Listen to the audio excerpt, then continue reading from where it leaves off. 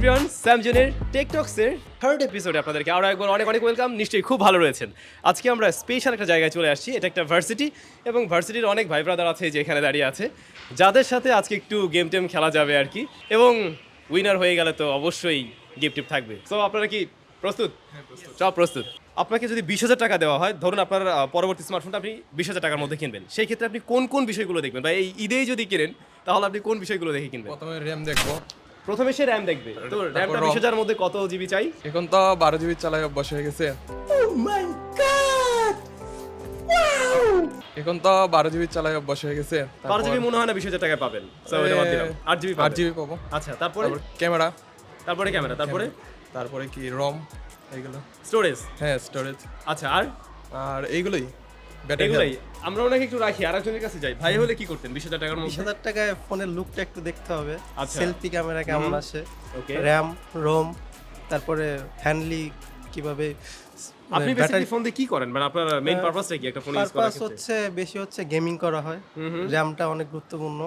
তারপরে ফোনের ডিসপ্লেটা শার্প থাকতে হবে, ডিসপ্লেটা ভালো লাগবে, র্যামটা বেশি লাগবে, ডিজাইনে সুন্দর ডিজাইনে থাকতে সুন্দর হবে, থাকতে হবে, এবং আপনি selfie। করবেন গেমিং, আবার লাগবে সেলফি। সেলফি আচ্ছা, এই বিষয়গুলো নিয়ে আমি আরেকটু পরে কিছু বলছি। আপুর কাছে যাব। আপু একটা ফোন কিনলে 20,000 টাকার মধ্যে কোনটা আপনি নেবেন বা কি দেখে কিনবেন?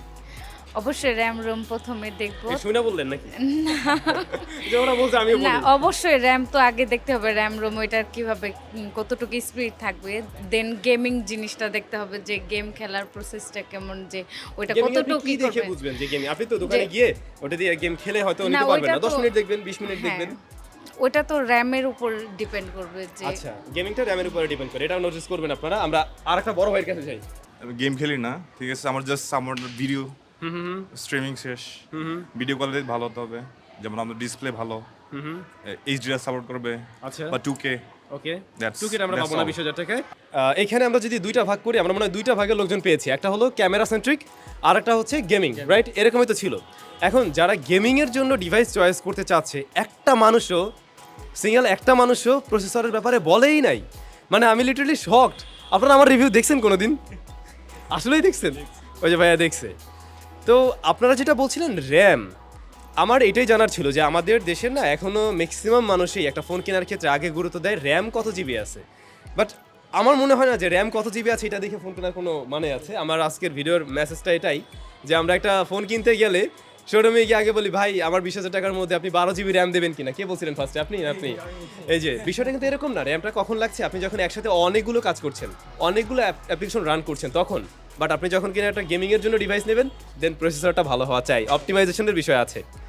সো র্যাম দেখে কেনা পাবলিক কিন্তু এখনও বেশি, আমার মনে হয় আপনারা এগ্রি করবেন। এটাই।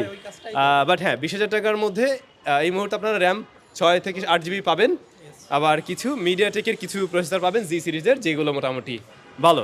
That's it. সো যারা ভিডিওটা দেখছিলেন হয়তো বুঝতে পারছেন কেন নাম বলবো না, দুইটা ব্র্যান্ডের নাম আমি বললাম না। তাদের ব্র্যান্ডের ফোন অনেক বিক্রি হয় গ্রামে গঞ্জে, দুইটা ব্র্যান্ড আছে, দেখতে সুন্দর ফোন বানায়, তাদের র্যাম রম বেশি থাকে, পাবলিক কিনে নেয়, আলটিমেটলি কিন্তু গেমিংয়ে সেই রেজাল্টটা পায় না। সো গেমিংয়ের ক্ষেত্রে আপনারা ওই বিষয়গুলোর দিকে নজর রাখবেন, যেটা আমি বলছিলাম, অপটিমাইজেশন অ্যান্ড প্রসেসর। অফকোর্স র্যামটাও লাগবে, বাট র্যামে এত বড় দরকার নেই।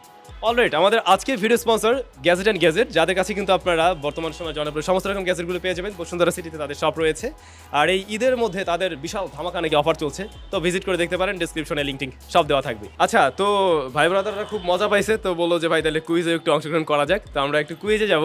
নোকিয়ার কোন ফোনটা সবচেয়ে বেশি বিক্রি হয়েছে? একবার চান্স পাবেন। আচ্ছা, দুইবার চান্স দিলাম। জান কোন মডেলটা? খুবই কমন একটা মডেল, আপনি দেখছেন, হয় আপনার বাপ চাচাও ব্যবহার করতে পারে। আশা? হ্যাঁ। না, ফেল, শেষ। ভাইয়া বলেন। 1100। Thank you.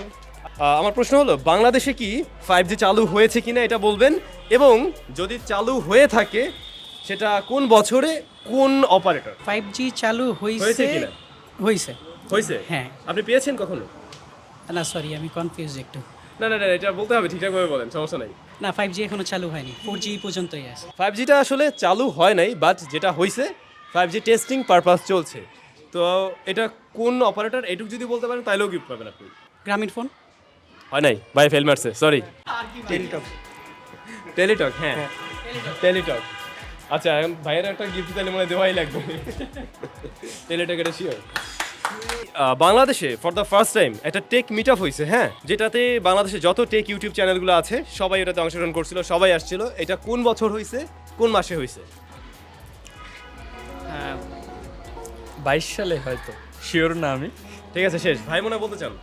2023 কিছুদিন আগেই তো গেল, এটা মানে মাসটা হয়তো বলতে পারবো না, বাট 2023 100% থ্যাংক ইউ। আপু বলতে হবে হচ্ছে বাংলাদেশের প্রথম ল্যাপটপ ব্র্যান্ড কোনটা, বা কোন ল্যাপটপটা বাংলাদেশে ফার্স্ট আসছিল? এইচপি। এইচপি তো বাংলাদেশি ব্র্যান্ড না।